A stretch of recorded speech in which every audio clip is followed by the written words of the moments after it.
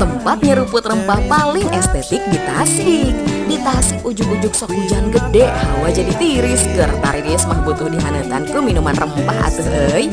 Hayu ke Aroma Rempah cabang Situ Gede. Baru opening minggu ini. Congrats ya. Tempatnya luas dan nyaman, bakalan bikin betah deh nongki rame di sini. Semuanya area semi outdoor tapi aman dari hujan kok.